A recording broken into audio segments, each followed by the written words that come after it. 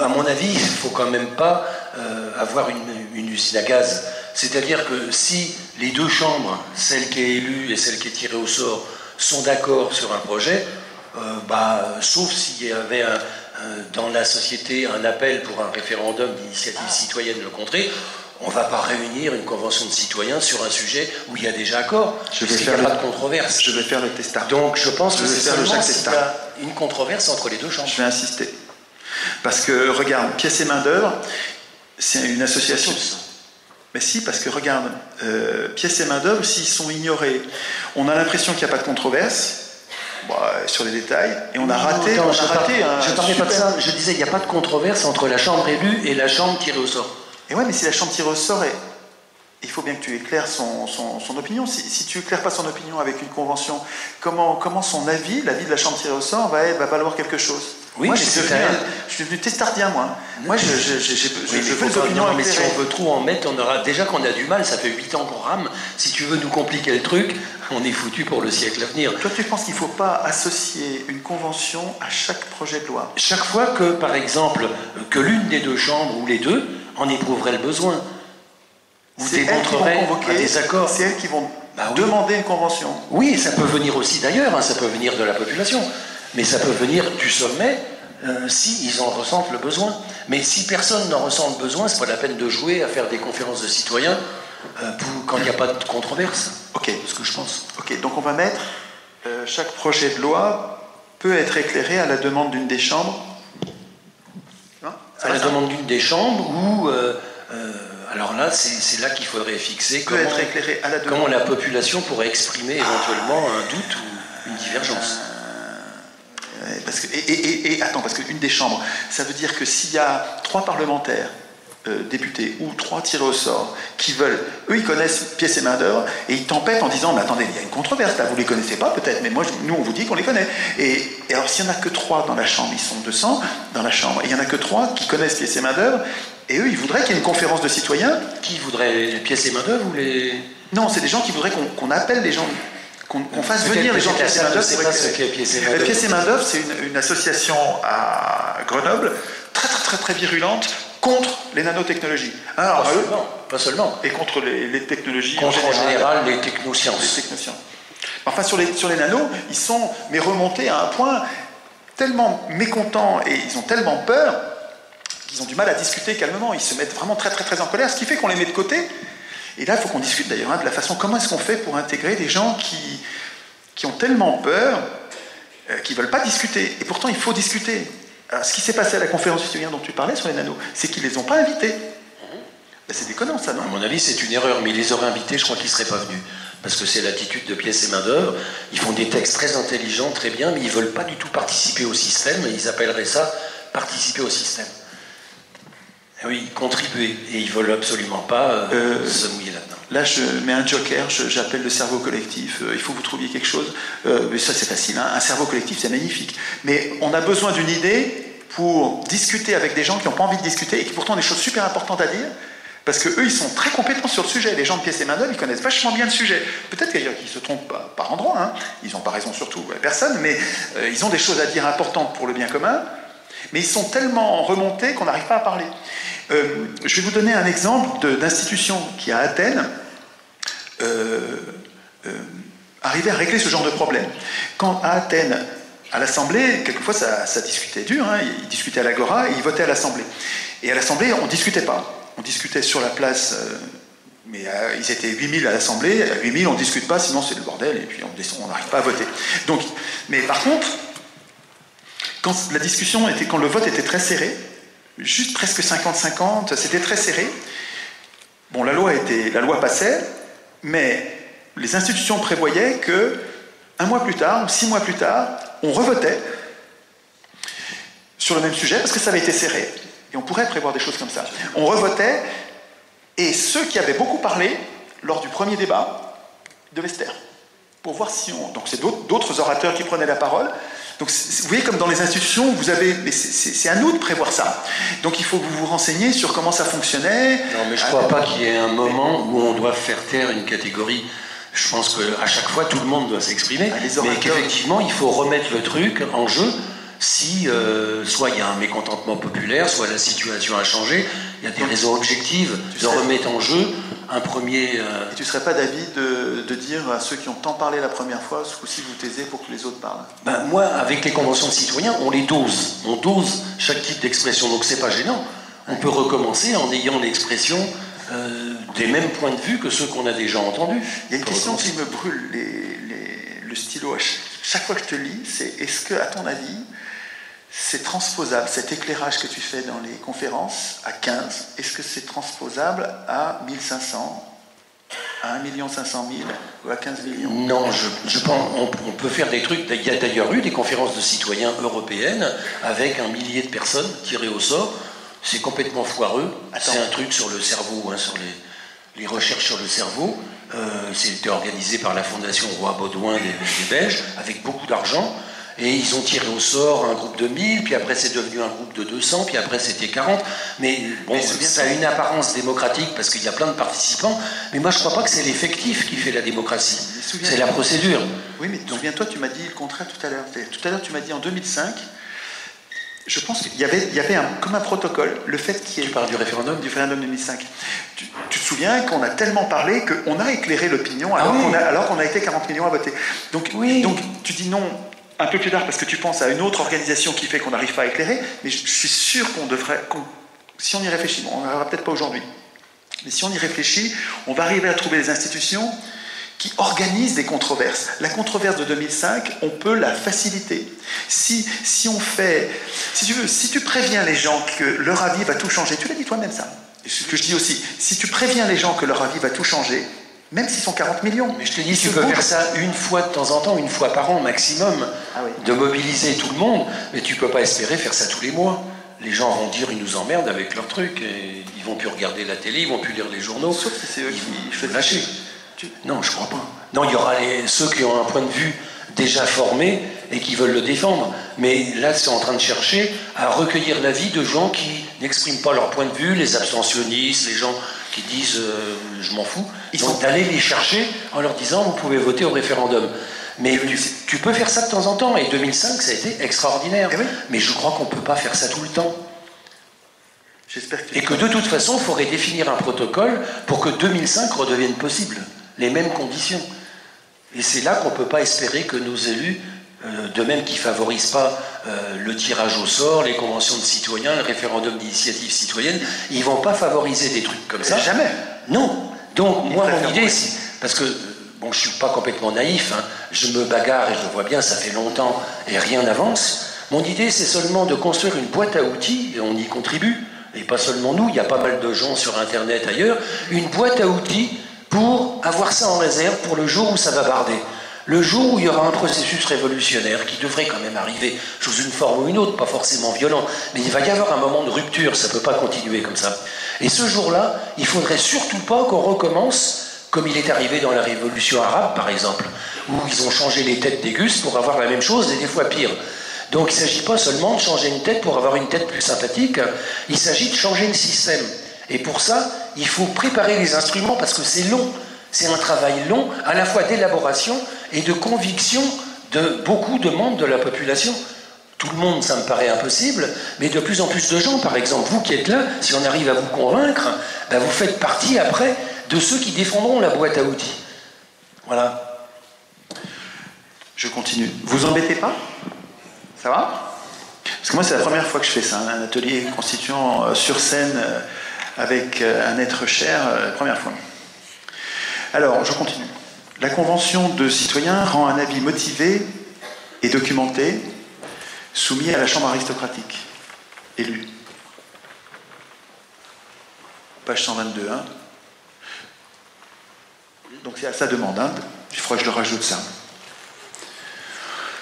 Si la Chambre aristocratique s'oppose en tout ou partie à l'avis de la Convention de citoyens, le projet et l'avis sont soumis à la Chambre démocratique. Je ne l'ai pas appelé Sénat parce que Sénat, ça vient de Sénatus et les vieux.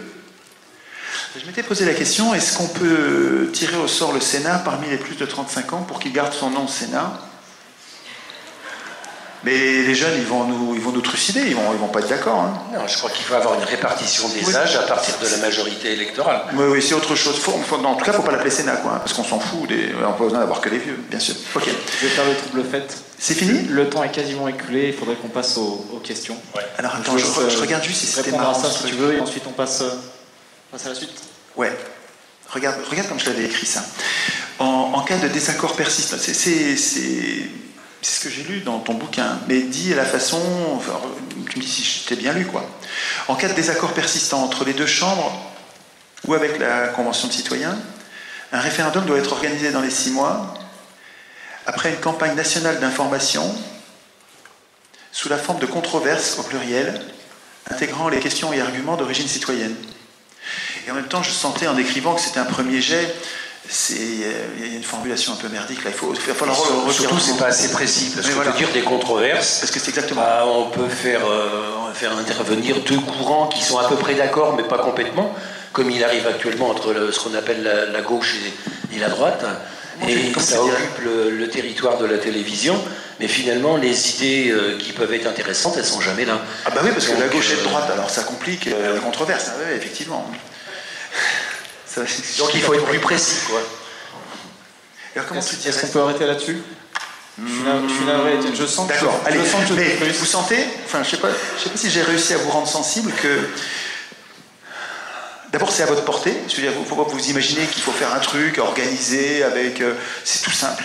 Ça peut se faire à midi, au lieu de parler de foot ou de ce qu'ils nous ont raconté à la télé, qui sont des non-sujets. Pratiquement tous les sujets qui passent à la télé ou à la radio, c'est des trucs qui ne sont pas du tout ce dont on devrait parler. Pas du tout. Enfin, donc, on invite la Constitution et dans nos conversations. Et si on fait ça, et qu'on invite le voisin qui pour l'instant roupille pour que le voisin, le copain, mes enfants, mes parents, les proches, quoi, hein, ben on est contagieux et on devient de plus en plus nombreux. Bon, vous devez sûrement avoir plein de trucs à dire. Hein. Ça, c'est le moment, je ne sais pas combien de temps. Oh, vous savez, on peut dépasser 21h. Ne dites pas, mais... Il est moins le quart, on va dépasser 21h, c'est sûr. C'est peut-être le bon moment de rappeler que demain, justement, on fait un atelier constituant. Les Gentivirus organisent un atelier constituant. Et donc, si vous n'avez pas le courage de vous y essayer tout seul chez vous, demain, c'est l'occasion de venir le faire avec des tas de gens, de 14h à 18h, dans ces locaux. Voilà, ce sera au rez-de-chaussée. On va prendre des questions de la...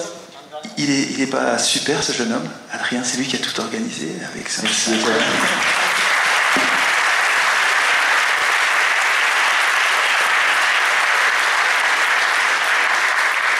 Merci beaucoup. On va passer aux questions de la salle. Donc on a Olivier qui se balade avec un micro et dans le calme et la dignité humaine, levez la main et il vous donnera la parole. Forcément, pour qu'il y ait plus de questions, faites des questions courtes. Merci. Bonsoir. Vous parliez que demain il y a des ateliers constituants. Alors ça se fait un peu partout en France, c'est une initiative qui est superbe, mais ce que je trouve dommage, c'est que quand on dit on fait un atelier constituant et qu'on ramène beaucoup de monde, c'est souvent des copains, des gens qui sont déjà sensibles à la question, des gens souvent de gauche, on peut le dire. Et du coup, moi ce que je me demande, vous êtes là tous les deux ce soir, pourquoi ne pas organiser ces ateliers constituants avec le protocole qui est utilisé pour les conférences citoyennes, avec du coup un tirage au sort sur liste électorale, solliciter les tirés au sort sur la base du volontariat, puis passer par un institut de statistique et de sondage pour faire un échantillon représentatif, puis ensuite avoir un compte rendu citoyen qui soit vraiment du coup, j'ai noté, hétérogène et qui soit vraiment représentatif du coup de la majorité. C'est-à-dire pouvoir débattre d'articles de constitution, mais avec des gens qui votent UMP. Ce qui manque dans votre proposition, c'est quelle formation donner à ces citoyens, qui apparemment dans les ateliers constituants n'est pas un point fondamental, mais qui dans les conférences de citoyens ou les conventions de citoyens est le point clé. Non mais qui serait aussi à prévoir. Moi je n'ai pas parlé. Oui, mais alors à ce moment, ça devient un truc très lourd. Et en plus, je dois dire que l'humanitude qui me paraît indispensable là-dedans, je ne suis pas sûr qu'elle se manifeste si c'est seulement comme un jeu. Si c'est un truc, on se réunit pour voir si on est capable de faire, mais s'il n'y a pas l'enjeu de changer le monde. Donc il faut ça pour que l'humanitude se manifeste. Vous soulevez le problème des conférences de citoyens qui du coup sont données après aux élus qui en font ce qu'ils veulent. En 2014, il y a un mouvement citoyen qui s'est créé, Démocratie réelle, ça s'appelle. C'est des citoyens qui sont réunis pour se proposer pour être députés. Et le programme était de ne pas avoir de programme et d'effectuer des mandats impératifs, et non pas représentatifs tels que la Constitution le prévoit actuellement. Impératifs au sens où le député n'est que le messager entre les assemblées citoyennes et le Parlement. Donc du coup, ça résolvait un peu le problème que les conférences qui n'aboutissaient pas, les avis n'étaient pas rendus. Et pourquoi pas, les premières années, au lieu que ces conférences citoyennes servent à faire des propositions de loi pour l'Assemblée, puissent servir à être les ateliers de la prochaine Constitution. On va laisser... Étienne, tu as sûrement une réponse. Bien sûr, idéalement, ce serait formidable de pouvoir faire ça. Et je suis d'accord avec Jacques en éclairant les ateliers constituants point par point. Parce que sur chaque article de Constitution, il y a vraiment des controverses possibles. Quand vous réfléchissez sur la nationalité, les gens ne sont pas d'accord. Hein.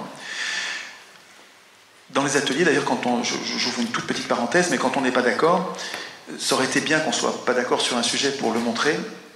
C'est compliqué de trouver des points sur lesquels on n'est pas d'accord. Mais bon, ça aurait été bien qu'on le trouve pour montrer que si on n'est pas d'accord, on ne se bute pas sur le problème, on met les deux options.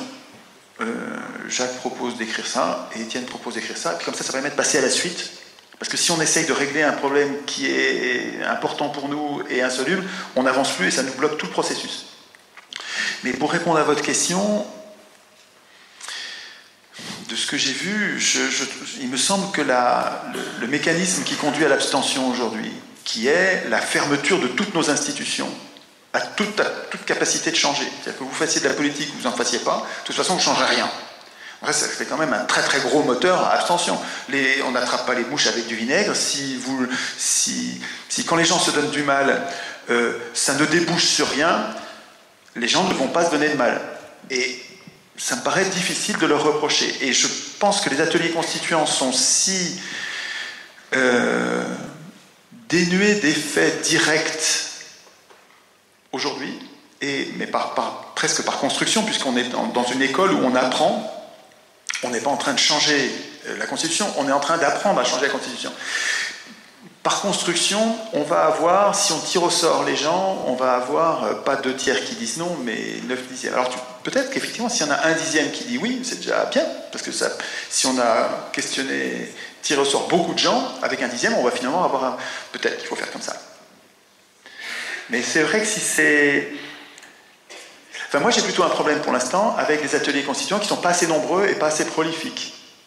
Si on retire le côté j'ai envie de le faire et qu'on tire au sort en prenant des gens qui n'ont même pas commencé à se réveiller, on va plutôt compliquer le mécanisme de diffusion des ateliers que Enfin, je me trompe peut-être, hein, mais j'ai l'impression que Moi, j'ai une question à propos de tes ateliers constituants. C'est une initiative vachement intéressante. Mais qu'est-ce que tu fais finalement de la multiplicité des résultats? C'est-à-dire que tu fais 10 ateliers constituants à 10 endroits différents. Est-ce que tu as fait un 11e de synthèse avec des nouvelles personnes? Comment tu fais? Donc c'est en train de s'organiser, c'est incroyable. Hein, on s'appelle les virus entre nous. D'ailleurs, on ne devrait pas avoir donné de nom, parce que le fait qu'on porte un nom, c'est en train de devenir, pas un parti, mais un mouvement, et c'est en train de devenir... Si on s'organise, on va devenir une cible. Tous les partis sont potentiellement des cibles pour les privilégiés, les oligarques, les voleurs de pouvoir. Dès qu'un... Vous avez regardé le PS, c'est magnifique. Vous aviez un parti qui était une idée magnifique, et à partir du moment où le parti socialiste a commencé, où les idées de gauche, le parti de gauche, les riches ont très très vite compris, milieu du 19e siècle, Thiers, une fripouille, un criminel, un assassin tout jeune, il était jeune préfet, il faisait tirer sur les ouvriers en grève, assassiner toute une rue pour l'exemple, une crapule, Thiers, un boursicoteur, l'ami des financiers... Tu ne réponds pas à ces questions, Étienne. Oui, mais c'est vrai, pardon. Mais Thiers a inventé le parti centre-gauche. Le parti de Thiers, c'était centre-gauche. Un parti d'extrême droite dur, enfin, l'ennemi du peuple le plus radical. Donc je veux dire, si on donne un nom, on va... Oui, c'est trop long cette parenthèse, c'est nul. Enfin, il faut pas... On s'appelle des virus, donc les virus organisent...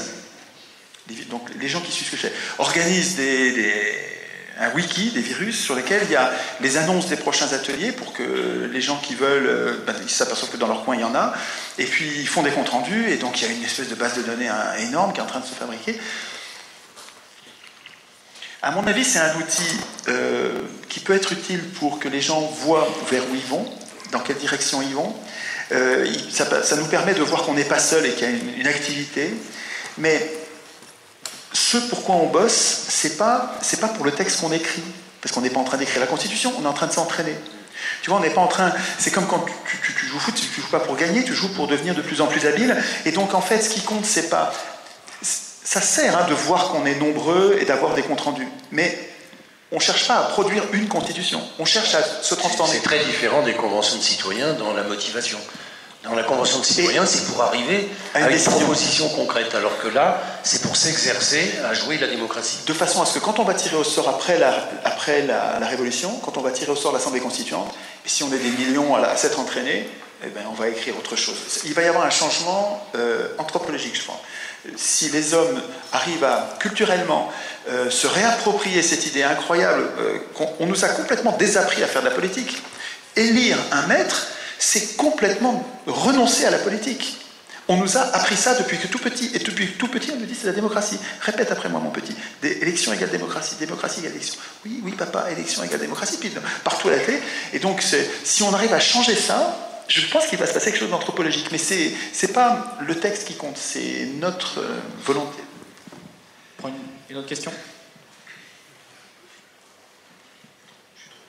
Bonsoir. Juste donc une question, d'abord deux petites questions. Par rapport au comité de pilotage, là, il y a 10 personnes, vous l'avez dit, et j'aimerais savoir, est-ce qu'il y a moyen, comment obtenir, disons, l'unanimité? Est-ce que l'on doit procéder comme certains, disons, milieux parfois libertaires, ou voir faire une référence religieuse chez les Quakers, c'est-à-dire par exemple, si dans les 10 personnes, il y en a 9 qui sont pour une option et une qui est contre, est-ce que cette personne peut éventuellement, disons, faire un pas de côté afin de ne pas empêcher la discussion?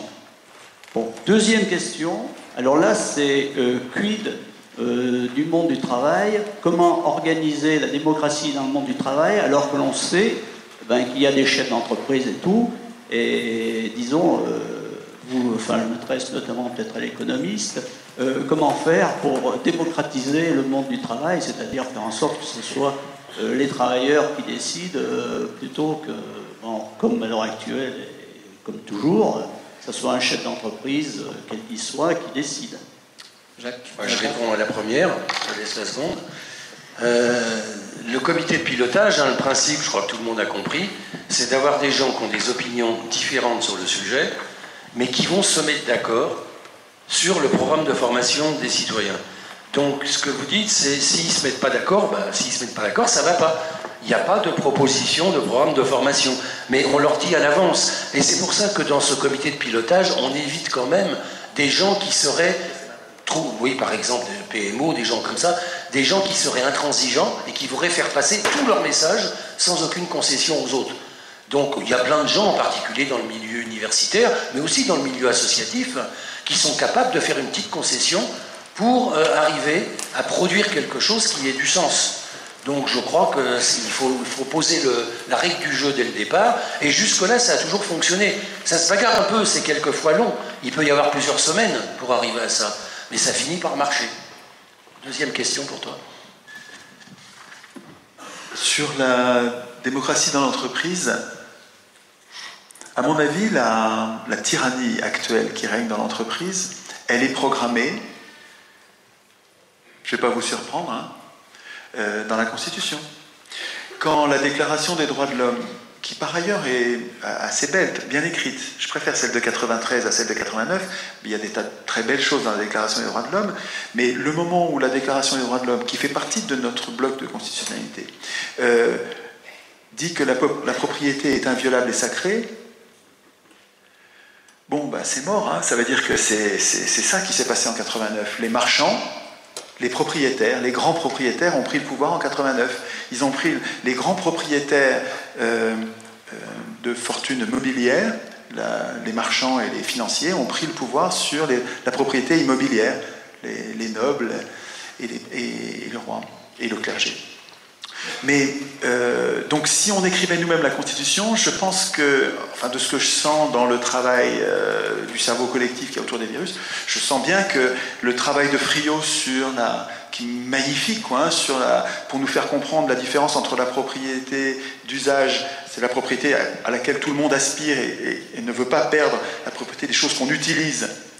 Et la différence entre cette propriété-là et la propriété lucrative, qui est la propriété de choses qu'on n'utilise pas et dont on fait payer l'usage à ceux qui ont rien, dans une constitution digne de ce nom, je pense que nous interdirions la propriété lucrative et que nous généraliserions la propriété d'usage, et notamment de l'usage des moyens de production, c'est-à-dire que seraient les dirigeants, les maîtres, les gestionnaires de l'outil de production, leurs utilisateurs, ce seraient les salariés qui seraient l'utilisateur. Et ça ne veut pas dire qu'il n'y aurait pas de chef, on aura sûrement besoin d'animateurs d'équipe qui aient des intuitions et qui seraient mieux traités, qui auraient sûrement un meilleur salaire. Ce que dit Friot, ce n'est pas du tout la fin de l'entreprise, c'est simplement le rééquilibrage des pouvoirs à l'intérieur de l'entreprise pour que ceux qui y travaillent, et puis ceux qui en partent, deviennent hors jeu, mais ceux qui arrivent intègrent ce collectif. Ceux qui y travaillent deviendraient les... Mais ça demande une modification, à mon avis, institutionnelle. Il faut qu'on en parle dans nos ateliers constituants, il faut qu'on réfléchisse à... Est-ce qu'on est d'accord entre les gens dits de gauche et les gens dits de droite, et les gens dits du centre, et les gens qui sont pour l'instant complètement jetés les uns contre les autres par les partis politiques, qui font de nous des ennemis de tous ceux qui ne sont pas de notre parti? Est-ce qu'on va être capable, quand on réfléchit sur la Constitution, on ne réfléchit pas à... Normalement, il n'y a pas cette distinction gauche-droite, beaucoup moins, quoi, hein. On est plus entre humains, quoi, hein. Alors bien sûr, il y a des gens qui... On voit bien que dans les ateliers, il y a des gens bien plus autoritaires que d'autres qui sont bien plus solidaires. Mais la discussion constituante, elle permet vraiment des discussions que ne permet pas la discussion législative. Passons à notre question. Bonjour à tous, content d'être là, alors du monde. Donc moi j'aime beaucoup l'idée d'écrire la Constitution entre nous, hein. Et j'ai vu un film récemment, peut-être que d'autres ont vu, qui s'appelle Demain. C'est sûr. Il y en a qui l'ont vu. Parce qu'il y a un épisode sympa en Islande où on voit les citoyens en train de réécrire leur Constitution dans une grande pièce, un peu comme celle-ci. Et je sais que ça n'a pas encore tout à fait abouti parce que le Parlement ne l'a pas encore adopté, mais ça bouge apparemment en ce moment. Et je me disais, on pourrait anticiper en France et peut-être d'organiser dès maintenant, peut-être avec un financement participatif, parce qu'il va falloir un peu d'argent, je pense, 200 000 €, je pense que ça irait. Et je pense que si on travaille avec Cyril Dion et puis avec vous, ici présents, et puis vous tous là, on pourrait peut-être planifier ça dès maintenant et puis voilà, faire un truc filmé avec plein de gens qui participent. Il y a déjà 800 000 personnes qui ont vu Demain, hein, je pense qu'il serait... Et on pourrait déjà écrire ensemble cette Constitution et se mettre en mouvement. Voilà. Et puis peut-être à un moment la soumettre. Voilà. C'est juste une idée, j'ai pas très abouti encore, mais qui me plairait bien. Voilà, merci. Je voudrais mettre un bémol là-dessus. J'ai pas vu le film Demain. Je suis pas sûr que je le trouverai super. J'en ai lu une analyse critique dans un journal lyonnais qui s'appelle La Décroissance, que je vous conseille. C'est un journal vraiment bien fait, où il y a plein de choses intelligentes. Et l'analyse est impitoyable. C'est-à-dire que, en gros, c'est le récit de gens qui sont prêts... Enfin, c'est des colibris, hein, qui sont prêts à faire plein de... mais qui ne changent pas le système. Nous, on est en train, si on veut faire une constitution, c'est pour changer le système. En gros, de mon point de vue personnel, c'est pour abattre le capitalisme. Je ne crois pas que ce soit le but des gens qui ont fait le film. En tout cas, c'est pas ce qui s'exprime. À mon avis, il faut que tu ailles le voir, parce que... non, mais je vais lire la critique, hein, et je suis sûr que le film est critiquable. Il est sûrement critiquable, et tu as raison sur cette critique, c'est-à-dire que il ne suffit pas de construire dans notre vie personnelle avec nos proches une alternative en renonçant à lutter contre le capitalisme et en fabriquant des kibbutz, en allant vivre dans des yourtes et avec une fraternité voulue et organisée, ça ne suffira pas à nous protéger des tyrans. Je lisais dans le bouquin de Daniel Guérin. Daniel Guérin, c'est un communiste, anarchiste formidable qui a écrit sur le fascisme pendant la montée d'Hitler, et qui a été visiter l'Allemagne en 1932, avant Hitler, en vélo, et qui explique dans un petit bouquin formidable qui s'appelle « Quand le fascisme nous devançait ». À connaître, hein, à lire absolument, c'est très très très important. Ce gars-là, quand il a fait le tour d'Allemagne, Hitler était en train de monter, tu avais les milices qui circulaient en uniforme, c'était terrible comme ambiance, mais en même temps tu avais plein de collectivités, des jeunes gens qui fabriquaient un peu partout des collectivités en ayant renoncé à changer le système et qui fabriquaient un monde nouveau. Et il décrit ça dans son premier voyage, avant 1932. Et puis ensuite, Hitler est arrivé au pouvoir et Guérin est retourné en Allemagne en 1933, en vélo encore. Et là, ce qu'il décrit, c'est que la première chose qu'Hitler a fait, c'est qu'il a détruit tout ça. C'était absolument pas un rempart au fascisme. Donc, effectivement, je suis d'accord avec cette critique. Mais en même temps, quand tu vas voir demain, tu vas voir que tu as la pêche. Putain, il y a plein de gens qui se donnent un mal de chien pour changer le monde. C'est super. C'est incroyablement positif. C'est énergisant. Et attends, ce que les gens de la décroissance n'ont pas vu, je sais pas, il faut que je lise la critique. Hein, ça m'intéresse. Mais contrairement à ce que je viens de dire, ces gens-là, dans Demain, dans le film, ils ne se cantonnent pas du tout à ces expériences concrètes d'amélioration du monde. Ça termine sur des assemblées tirées au sort qui réécrivent la Constitution. Attends, des constituantes tirées au sort qui réécrivent la Constitution. Attends, mais on n'a pas de film qui défende cette idée. C'est au contraire, je trouve que ils en parlent de la constituante tirée au sort qui est à la fin du bouquin. Et ils trouvent ça nul. Non, ils disent qu'il y a des trucs bien. Ben ouais. Ils reconnaissent qu'il y a des choses pertinentes, comme ça par exemple, mais ils disent que ça laisse quand même planer l'idée que si tous on se met à la campagne, qu'on n'a plus de télé, qu'on élève des chèvres et tout ça, le monde va aller beaucoup mieux. C'est pas ça qui changera le changement climatique par exemple, c'est pas ça qui changera les rapports de classe, c'est pas ça qui... Non, je vois bien qu'il y a beaucoup de partisans de ce film, vous avez le droit, mais ce discours, on le connaît. Hein. Moi, j'ai rien contre Rabi, par exemple, mais à mon avis, c'est gentil, c'est de la poésie, mais on a besoin d'autre chose aujourd'hui. On est dans une situation catastrophique, et c'est pas parce qu'il y a des dizaines, des centaines, des milliers, des centaines de milliers même de personnes en France qui vont se mettre dans cette situation. C'est bien, c'est exemplaire, mais le gros des troupes ne va pas suivre et le système, il perdure. Et d'ailleurs, ce film, il a été encensé par tous les médias au service du système. Ça, c'est mauvais signe. Ça a du sens, quand même. Ça, c'est mauvais signe. Mais à mon avis, pour éclairer ton opinion, il faut que tu ailles le voir. 300 spectateurs de plus. 300 spectateurs de plus pour demain. Voilà. Il passe encore à Lyon, hein, je tiens à vous le dire. On prend une autre question ? Il faut aussi aller voir Merci Patron de François Ruffin.